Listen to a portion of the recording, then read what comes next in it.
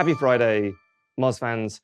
Today I want to talk to you about the spring 2024 Google updates and what I think Google might have been trying to achieve with these updates, and also what they say that they're achieving, which can be slightly different. So back on March 5th, Google announced two updates, a core update and what they're calling a spam update.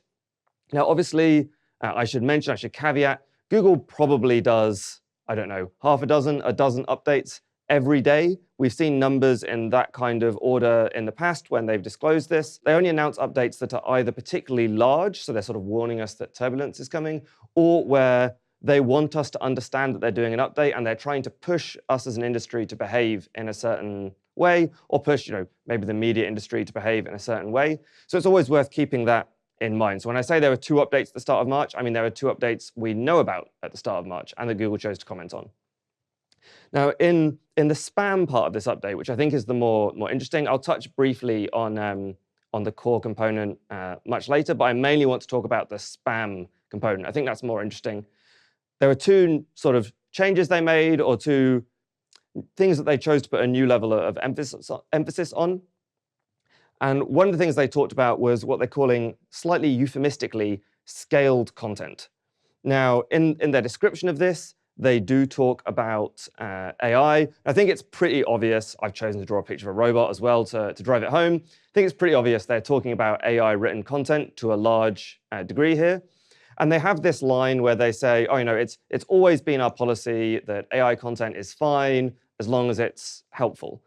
There's a bunch of problems here. I mean, firstly, that wasn't always their policy. They used to say a few years ago even that computer-generated content was always against their guidelines. So it's not true to say that they've had a consistent line over time.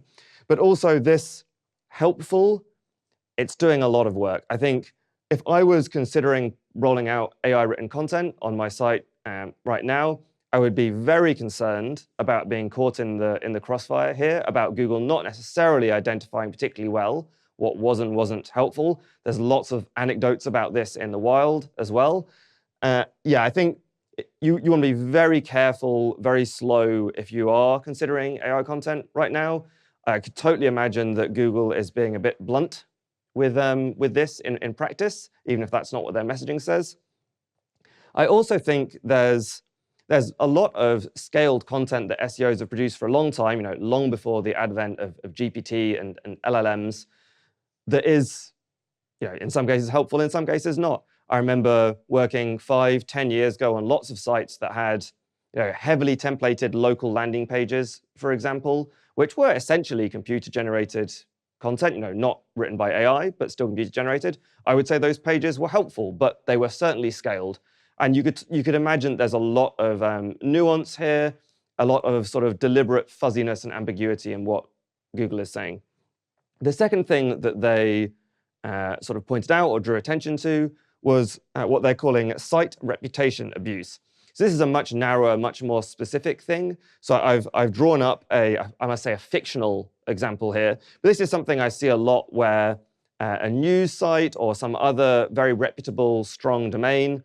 So here I've put my fictional example. And this domain does actually exist, but it's not doing anything like this.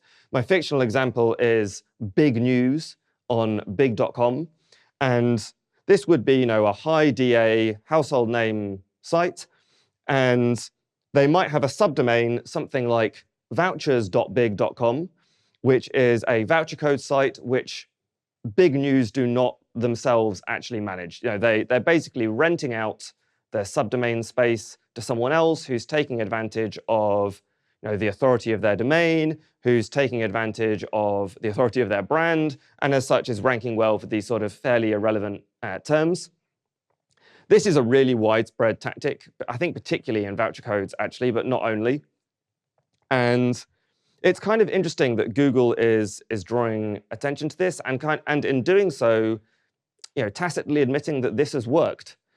Google has said for a long time that domains don't have authority, that pages have authority, or PageRank as they would call it, and that domain level signals don't really exist.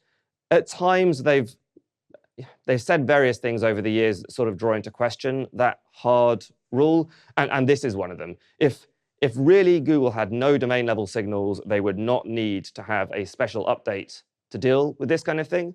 But this also speaks to potentially to the importance of brand, maybe as a domain level signal or maybe in its own right. And again, that is something that I'll come back to in a moment. So these are the two sort of things that Google wants us to talk about with this update. However, there have been some other narratives in the industry which I think are very interesting and which Google haven't themselves drawn attention to.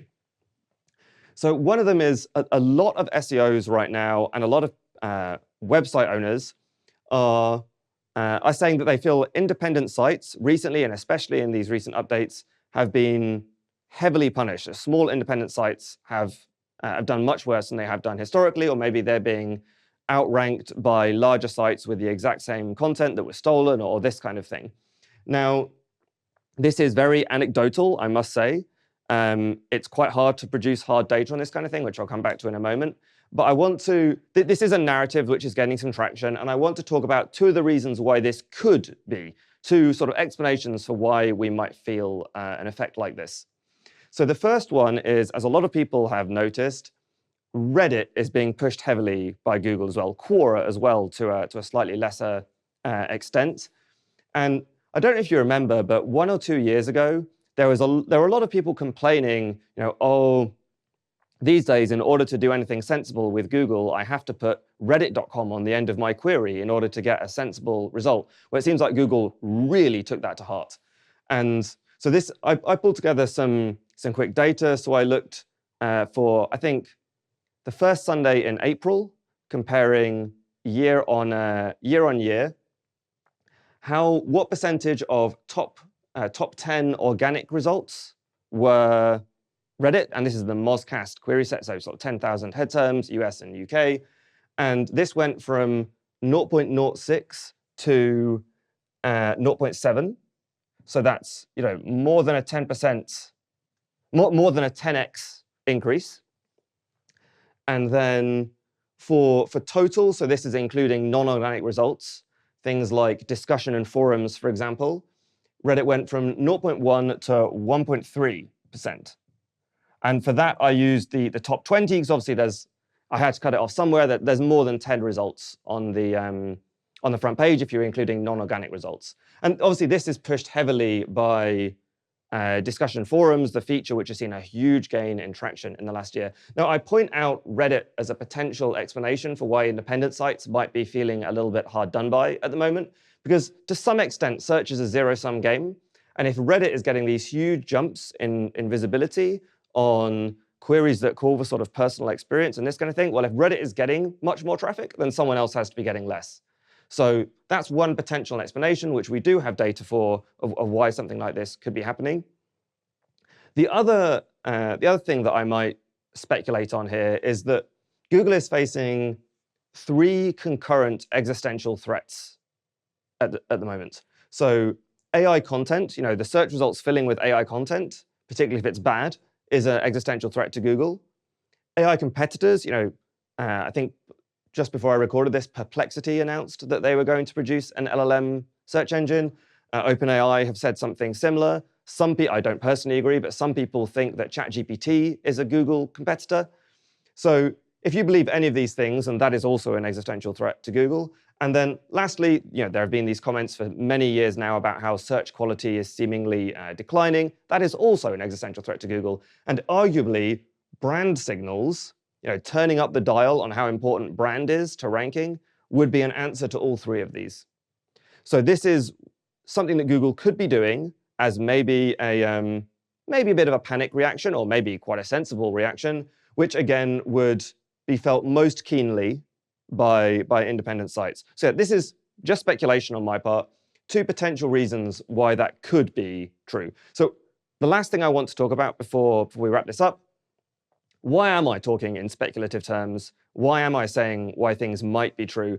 I want to issue a little bit of a safety warning with data around some of these updates.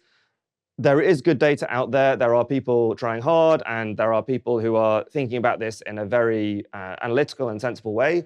But I want to stress that this is very difficult, has a very low level of certainty when you do look at these updates on aggregate. The first thing is, I mentioned at the start, there's core update and a helpful update on, core update and a spam update in this case on the same day. In recent times, we've often seen Google do that. Like either it'll be a core update and a helpful content update, or a core update and a review update, or something like this at almost the same time. I don't know if this is deliberate, but it makes analysis very difficult. I've talked before in a Whiteboard Friday, and maybe it'll even be linked below, about how with core updates, they're a different beast. With core updates, most sites that are affected by multiple core updates over time see big positive jumps in some updates and big negative updates in others. Core updates shouldn't really be thought about as, oh, I did something wrong. They should be thought about as Google optimizing and tweaking over time, in my view. And the fact that sites have such a choppy trajectory or an inconsistent trajectory with core updates means that we don't really want to read too much into anyone's movement with one update. And it also complicates any other updates we're looking at the same time. There's a challenge in how you want to look at this. So either you look at a small sample of sites, and then you have the context. If a site, I remember I used to read, when I worked at an agency, I used to read winners and losers analysis for these updates. And sometimes I'd see one of our clients, and I would say, oh, no, that site didn't tank, it just swapped domain. And the new domain is shown as a winner, and the old domain is shown as a loser. And there's always these kinds of context. People change their strategy, they split their site, they acquired a site, this kind of thing. With a large sample analysis, you don't have this kind of context. With a small sample analysis, you have a small sample size. It's a trade-off that you can't really do much about. And then lastly, the causation picture for these kinds of analysis can be very, very complex. I can say, oh, well, sites which have, for example, author profiles seem to be doing very well. Is that because they have author profiles, though? Are author profiles a ranking factor? Or is it that the kind of site which tends to have author profiles is for some other reason doing well, or some other complex relationship? In some cases, it can be that ranking well causes you to adopt certain strategies. It can be completely the other way around. So this can be very difficult to analyze. So I don't want to discourage anyone, but I do just want to say, yeah, take this kind of data analysis around these updates with just a little bit of salt. It is very challenging. So that's all. Hopefully I've given you a lot to think about. Hopefully your site did well rather than badly, and that's why you're watching this. If not, good luck. I think, as I say, core updates, you are as likely to go up in the next one as not. And hopefully some of these more questionable tactics that we talked about, hopefully that's not what you're doing or you're already on top of it. So yeah, thank you.